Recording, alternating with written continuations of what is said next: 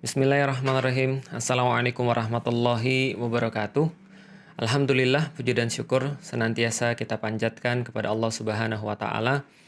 Begitupun juga salat dan salam semoga senantiasa mampu kita curah dan limpahkan kepada baginda Nabi besar Muhammad sallallahu alaihi wasallam. Alhamdulillah Allah telah mengizinkan kita sampai dengan hari ini untuk bisa berpuasa dengan baik, berpuasa dengan izinnya. Dan Allah memberikan kepada kita kekuatan, Allah memberikan kepada kita kemudahan untuk bisa sampai hari ini tetap bisa taat kepada Allah Subhanahu wa taala. Maka tidak ada kata yang lebih baik daripada bersyukur kepada Allah Subhanahu wa taala atas segala yang telah Dia sampaikan kepada kita, walaupun kita tidak akan pernah mampu untuk cukup bersyukur kepadanya. Dan mudah-mudahan bagian daripada ketaatan ini adalah sesuatu yang kelak nanti akan menjadi hitungan-hitungan Allah kepada kita kelak nanti di yaumil kiamat ketika Allah menjumpai kita, maka mudah-mudahan itu adalah hitungan yang baik dan hitungan yang memberatkan kita kepada surganya Allah. Salat dan salam juga semoga tercurah dan terlimpahkan senantiasa kepada baginda Nabi besar Muhammad sallallahu alaihi wasallam, manusia mulia yang senantiasa kita jadikan sebagai panutan, kita jadikan sebagai suri tauladan, kita jadikan sebagai uswah di dalam setiap aktivitas-aktivitas kita, dan mudah-mudahan Rasulullah Shallallahu Alaihi Wasallam mengakui kita sebagai bagian daripada umatnya, menjadikan kita sebagai orang-orang yang berbaris di belakangnya, dan kelak akan diberikan minum daripada telaganya dan memandang wajah Allah bersama-sama dengan beliau. Dan mudah-mudahan kita semua termasuk orang-orang yang dianggap oleh beliau saudara-saudara beliau di dunia ini dan akan menjadi saudara-saudara beliau nanti insya Allah di surga. Teman-teman sekalian yang dirahmati Allah, selamat datang di last episode dari Ngaji Jomblo. Sudah 16 episode dan saya pikir sudah sangat panjang sekali ini pembahasannya. Saya tidak pikir bahwa jadi sepanjang ini karena kalau biasanya saya menasihati orang-orang yang mau menikah atau orang-orang yang mau mulai ta'aruf, itu paling saya menasihati ya singkat-singkat, tapi mungkin ini episodenya agak panjang karena kita harus memberikan sebuah hal yang detail pada teman-teman sekalian. Kalau seandainya 16 episode ini masing-masingnya 30 menitan saja, maka ini sudah 8 jam non-stop teman-teman untuk belajar tentang bagaimana prosesi untuk menikah dari belum menjadi menikah. Dan saya pikir seharusnya sudah banyak menjawab pertanyaan teman-teman sekalian. Saya cuma ingin mereview saja teman-teman sekalian dan sedikit menyampaikan seperti apa sih Islam itu nantinya memandang pernikahan. Apakah ini adalah setelah ini nggak ada kajian lagi? Insya Allah ada, hanya saja mungkin bukan ngaji jomblo lagi, tapi kita mungkin coba masuk kepada mungkin ya setelah itu apa yang harus dialami oleh mama-mama dan papa-papa muda. Ya, mungkin itu adalah sedikit pedoman untuk berinteraksi dalam rumah tangga. Insya Allah mungkin beberapa waktu lagi kita akan buat. Tapi hari ini saya ingin memberikan satu gambaran. Jadi saya ingin review. Pertama teman-teman sekalian, dari episode awal yang ingin saya tekankan adalah bahwa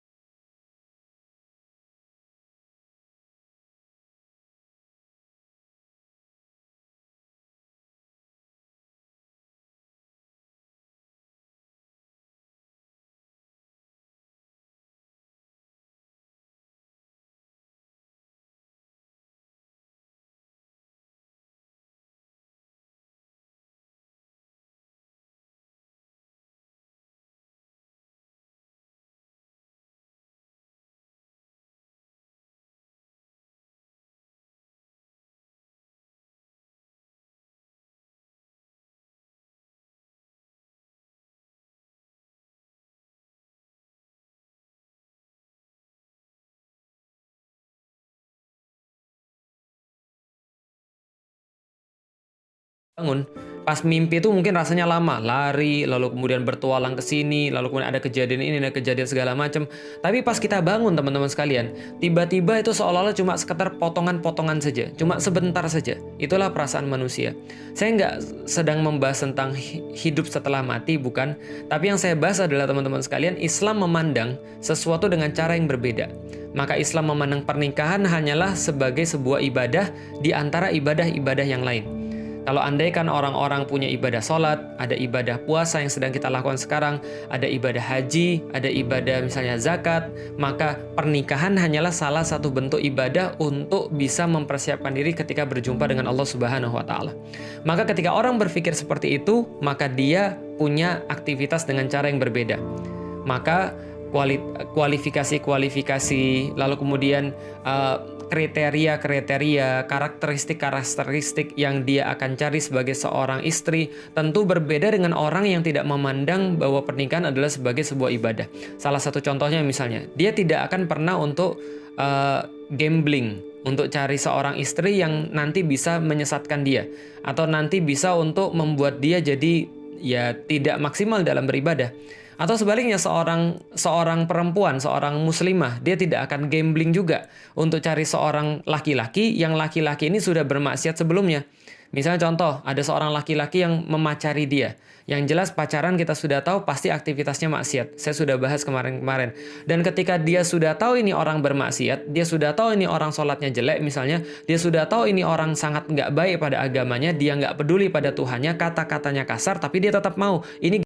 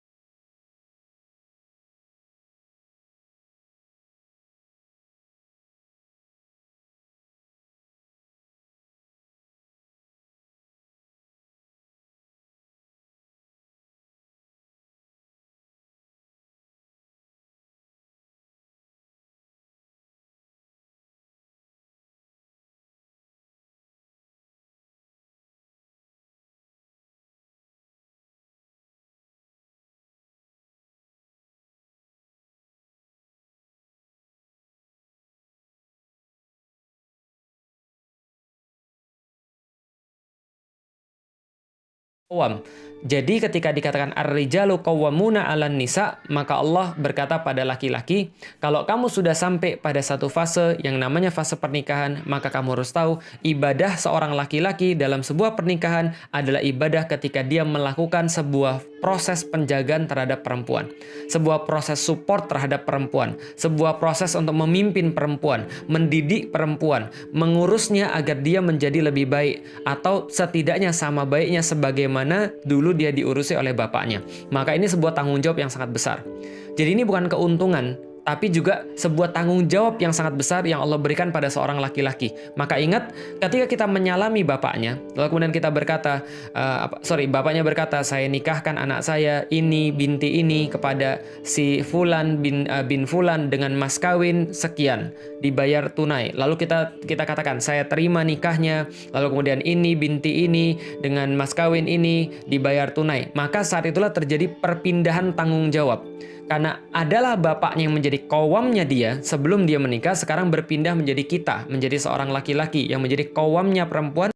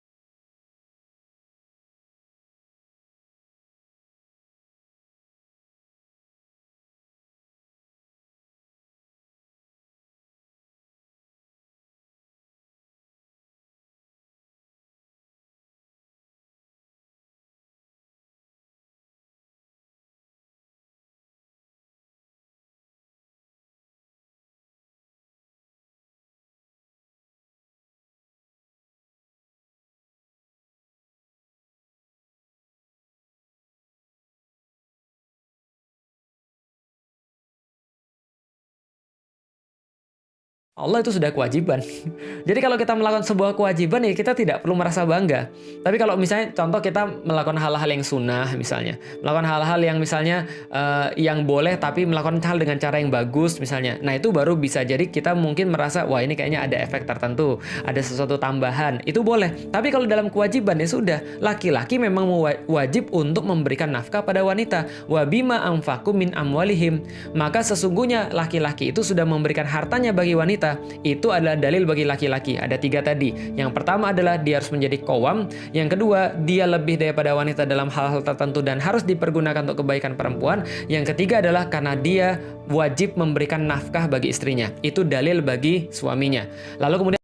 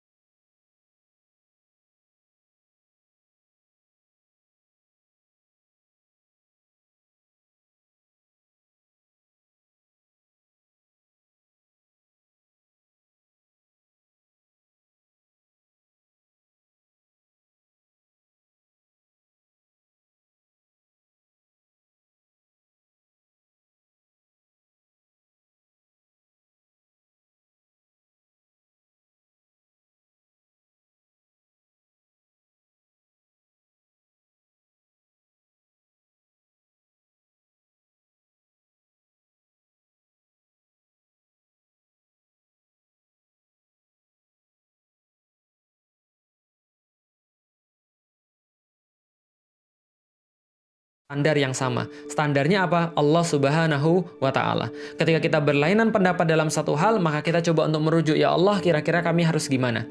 Kira-kira kami harus berbuat apa? Kira-kira kami harus melakukan apa? Maka kalau perempuan harus dilakukan begini, dia akan melakukan itu bukan hanya karena dia sayang sama suaminya, tapi karena dia taat pada Allah Subhanahu wa Ta'ala. Karena teman-teman tahu, sehebat apapun sakofah seseorang, sehebat apapun ilmu agama seseorang, sehebat apapun kemampuan orang dalam agama, tapi ketika dia sudah marah sama istrinya atau istrinya marah kepada dia, maka yang bermain bisa jadi cuma kecerdasan emosional. Maka yang bermain adalah bukan hanya ilmu, tapi gengsi. Nah, ketika gengsi itu, mau nggak dia untuk menyerahkan gengsi itu kepada Allah? Mungkin di saat itu dia merasa suaminya menyebalkan atau istrinya menyebalkan, tapi dia merasa tetap Tuhan kita adalah Allah. Maka aku berbuat begini nih, aku minta maaf sama kamu nih, bukan karena kamu aja.